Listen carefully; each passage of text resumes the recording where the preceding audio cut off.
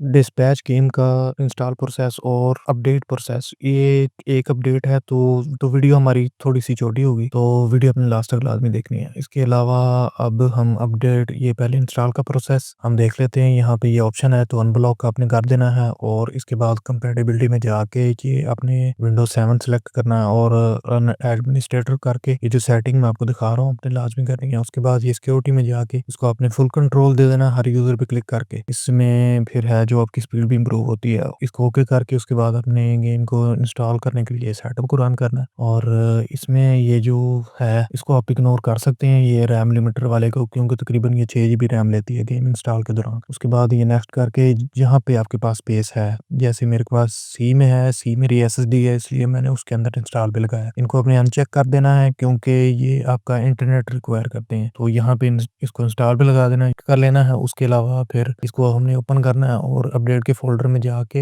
ये सेटअप के अंदर इसको रन करके, ये जल्दी रन हो रहा है, यहाँ से ये साउंड बंद करके उसके बाद ये कॉपी वाला चेक करके उसके बाद हमने ये सी में जाना है और यहाँ पे कंफ्यूज नहीं होना, जो डिस्पैच के इंस्टॉल वाला फ़ोल्डर है उसको सिलेक्ट करना है और इसको इंस्टॉल पे लगा देना है। ये 1 मिनट के अंदर हो जाएगी अगर आपके पास एसएसडी वगैरह है तो ये जल्दी हो जाएगी। उसके बाद आपको गेम रन करके मैं चेक करवा देता हूँ। तो ये आपके सामने मैंने गेम रन कर दी है और आप देख सकते हैं कि गेम हमारी चल रही है। तो अभी तक अगर आप कंफ्यूज हैं कि GTA 5 लेगेसी और GTA 5 एनहांस में क्या डिफरेंस है, कौन सी आपको करनी चाहिए, तो उसके ऊपर मैंने डिटेल वीडियो कवर की है, आपकी स्क्रीन के ऊपर शो हो रही है, वो यहाँ पे आप क्लिक करके देख सकते हैं। Thank you.